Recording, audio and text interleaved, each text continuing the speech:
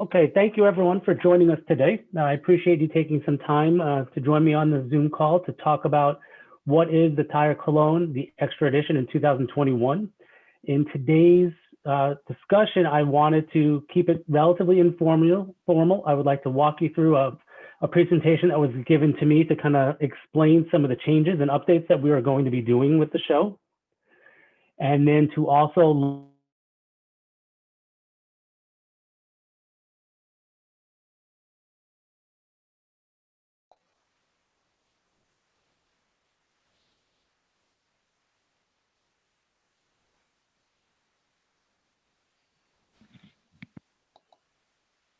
the information is still kind of evolving on how we're going to provide a top quality event for the end of May, or mid-May, we'll say, with different opportunities for people to participate. I am recording today's call so that if you want to go back and listen to it later, or for individuals that couldn't join us, it'll be made available. I'll email it out to everybody.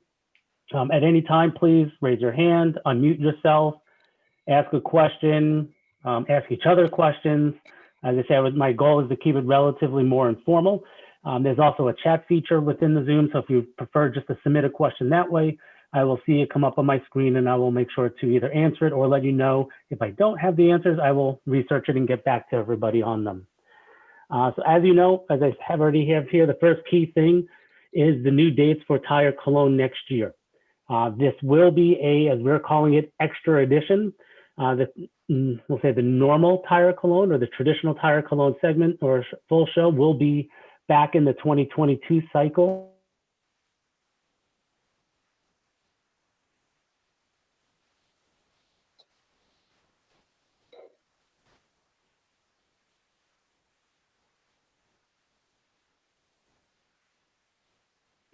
Team in Cologne had done extensive discussions with the key market players, those brands that everyone's aware of in the space, Dunlop, Continental, Michelin, those types of companies about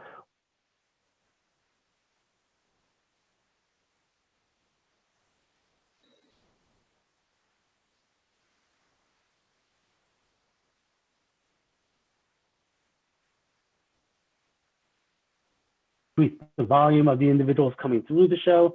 But being that it was only in its first year, I think many of you and many of the people I had spoken with thought it was a good first show. The challenges as we come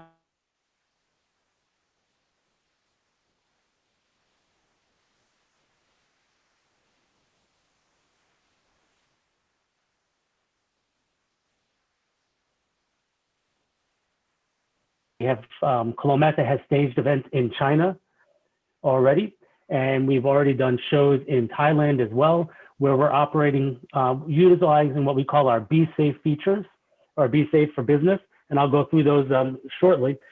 And it seems to be operating well.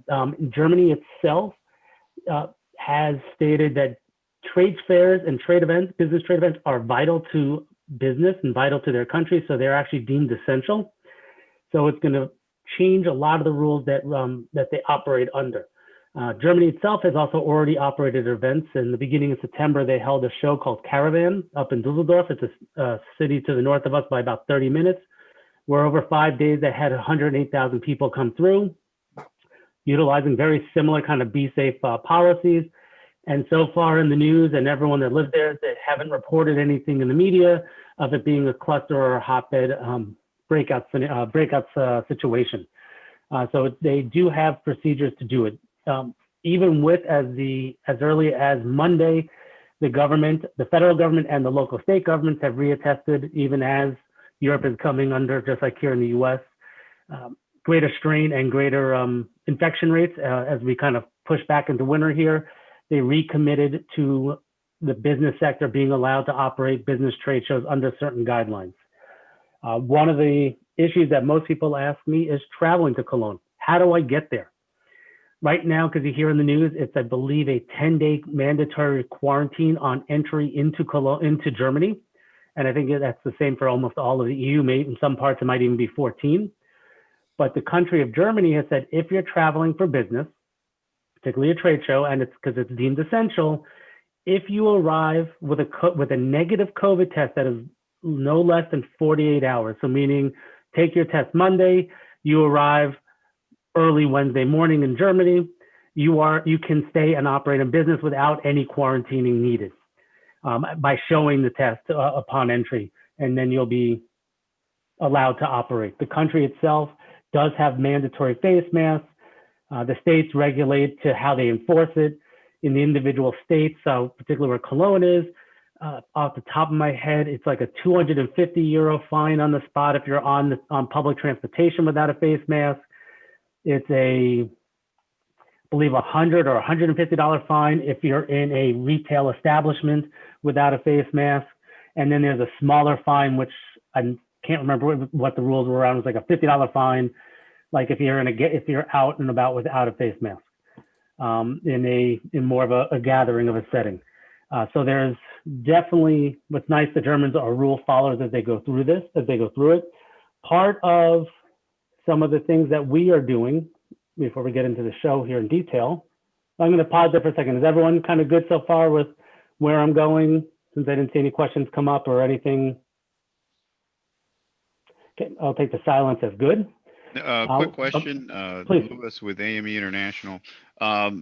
Just to be clear, there is no show in 2021. No, there is.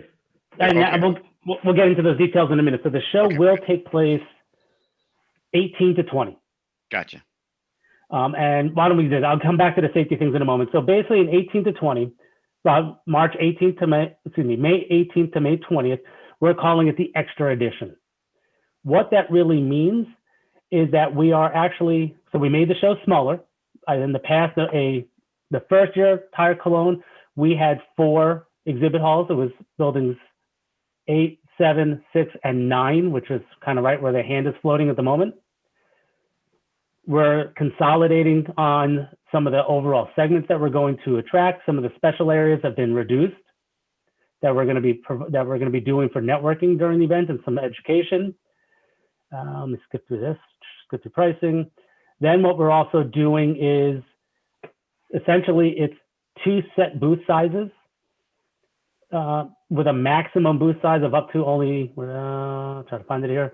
It was 150 square meter max is going to be the maximum booth size allowed. Trying to see where it said it on the slide. Here it is.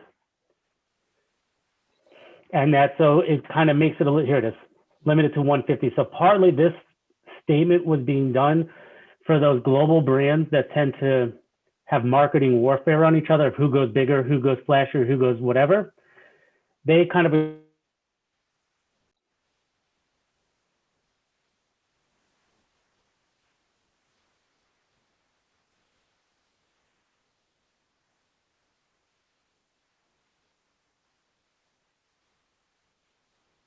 driven in the last 6 months.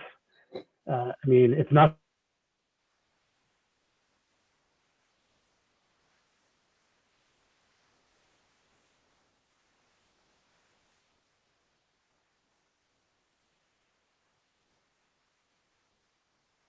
brands can outdo the other. So it'll be more of a control.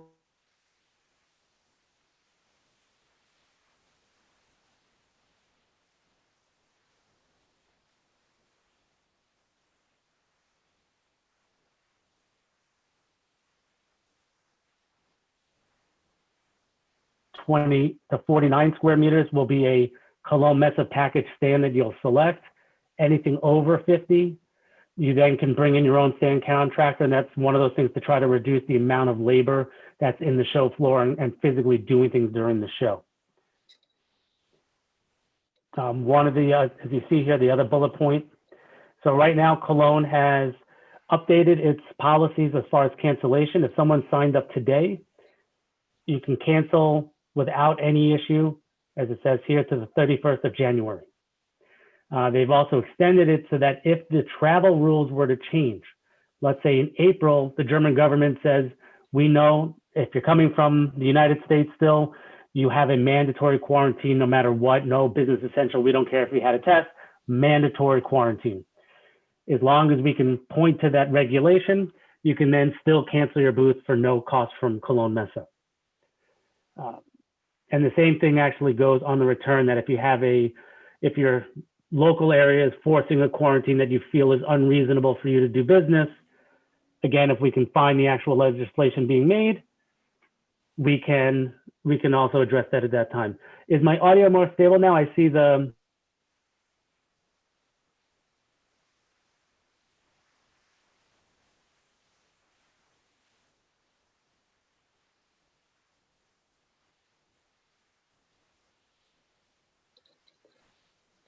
At least type in it. Yes. I'm not sure what Sandra, is that yes, you can hear me, or yes, there's still problems?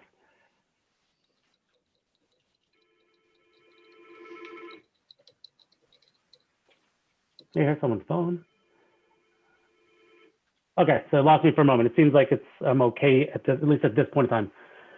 I'll keep going, and hopefully my internet will stay stable long enough here. Any questions so far? Should I stop there, or any comments yet?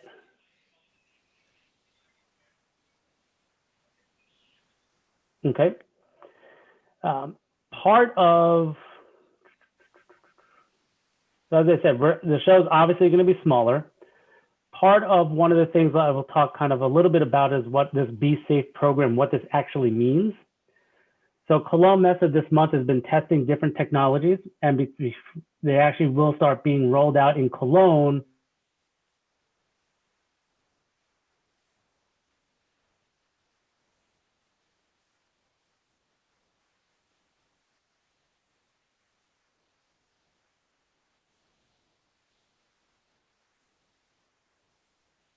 two-way traffic going up and down the aisles. Things like a minimum booth size.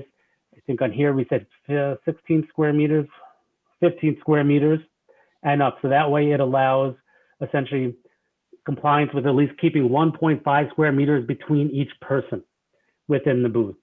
There's guidelines that that get published on if you're sitting at a table about having plexiglass between people, plexiglass and information counter. So if people come up to the booth, you can still have that barrier between people. The minimum booth size for some companies is, in this show, it doesn't affect as many, but it makes the booth bigger so that you can actually have people step off the aisle and into your booth. Is one of the protocols. Obviously, everyone wearing face masks. We've gone to fully ticketless entry or paperless entry.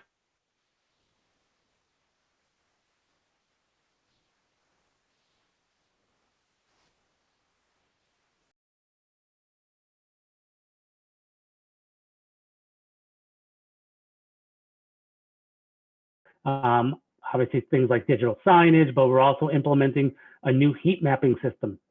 So everyone will have access to an app on their phone where they can see the density of the show and decide if they want to go in a direction or go away from a certain direction due to the population density in that area.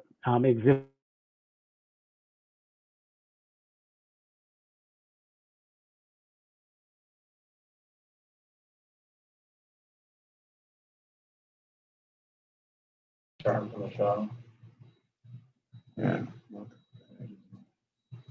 Their own personal stand cleaning, wiping down equipment between guests, wiping down counters between guests, providing hand sanitizer in their booths to their guests. If you're serving food, making sure it's individual containers, that it's being served, it's not just put out for like a tray. And then no parties that you may have seen in the past. A number of those things are taking place.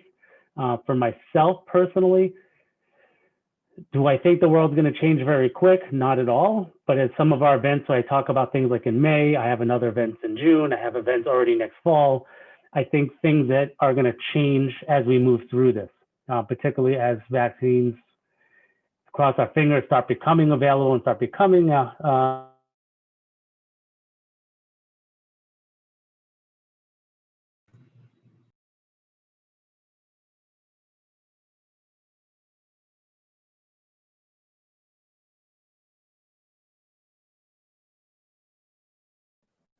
okay.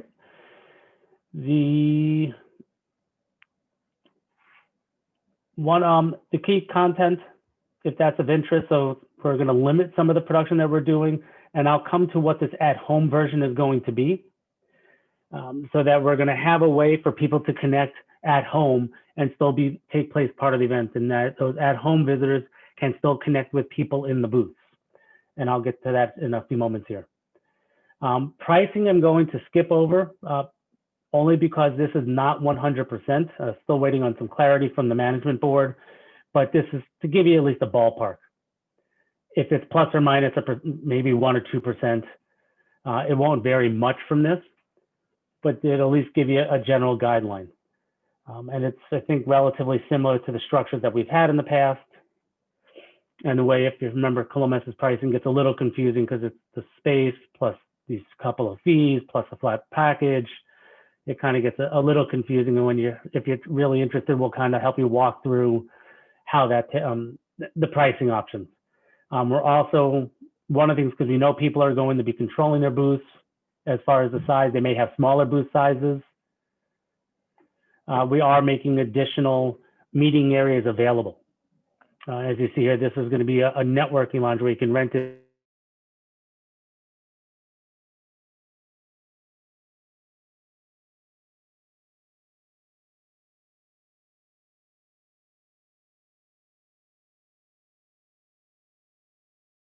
Get sanitized and cleaned in between uses from the different parties.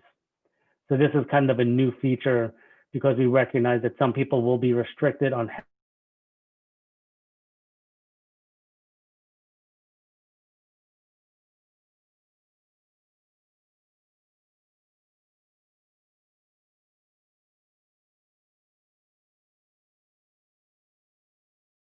you then have, if you can imagine, a LinkedIn only for the show.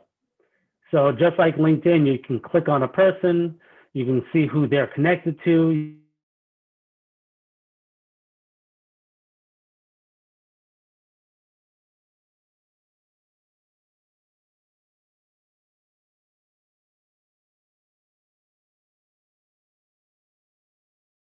From that company in the booth, who they are, their titles, and again, you can then request to connect to those people. You will then also see that the exhibitors, part of the package of what they do is they then state what hours they will be online live in the platform so that you can just pop into the digital booth and catch a presentation, talk to a salesperson, and interact with them right there on the platform. There's other networking areas where the one that we had for our other event that we tested this on, there were like these networking lounges. And so there was a lounge that was on, it was a digital marketing event. So it was Salesforce users. There was a Salesforce lounge. So you can kind of just walk into the Salesforce lounge and you can see at any time there might've been 20 or 30 people in there just chatting like a chat room, talking about things. And there were also content experts in there from Salesforce to kind of help answer any questions or to kind of foster the conversation. And of course, I'll be advertising it. And then when you get this, it'll have these things so you can kind of go through it a little slower. And it's kind of showing you what it looks like, the show floor, how the booths were laid out, how just the graphics and things were put together, and the content for it. I would say I was actually quite impressed with the platform. It was one of the better products I've seen Koelnmesse come up with. And what's nice also, by the time it gets to May, the platform will have been through at least a dozen events so that it should be battle tested and tweaked so that there won't be any issues. The big event we used had in September, we had, I think it was about 20 or 30,000 people on the platform over the 2-day cycle of the particular trade show when the content was being given live. It then was hosted for on demand later.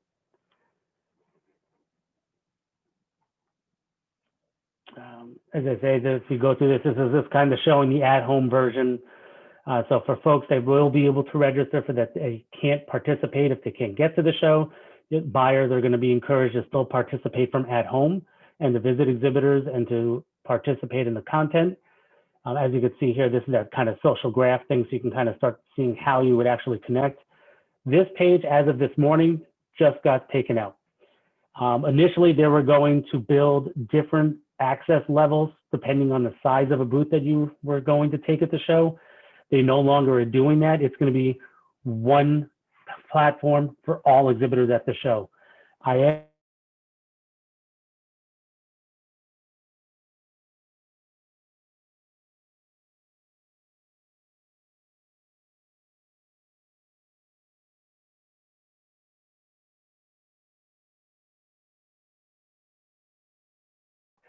to the actual real world exhibitors. It's included in the current marketing package.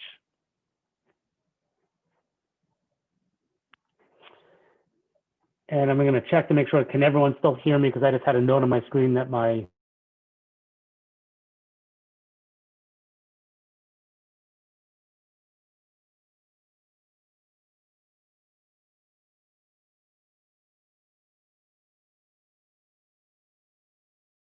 going to be the marketing team that I work with that's in Germany. So you can always contact me here in Chicago, or if due to time or interest, you can always give any of these people a call directly. And that's who I turn to.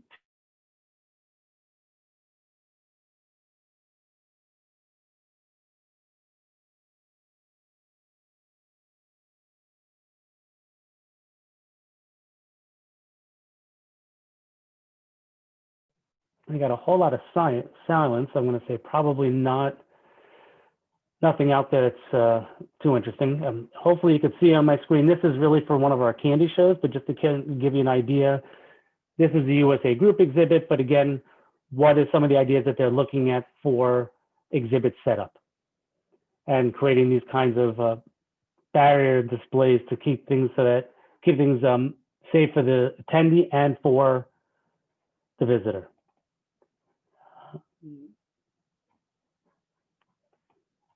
Any other questions that I haven't touched on that someone would like to ask?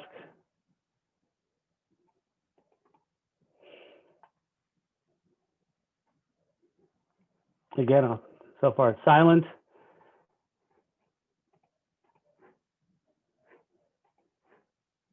More silence. So I'm going to guess if there really are no questions. I mean, I wanted to take today to just answer any immediate questions that someone may have to make sure that you know that I'm here as a resource as you're thinking about it.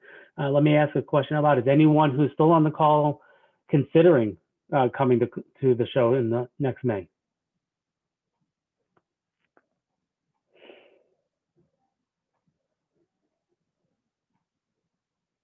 I'll take the silence is not good for me in selling the booth, but we are here for when you are interested and ready.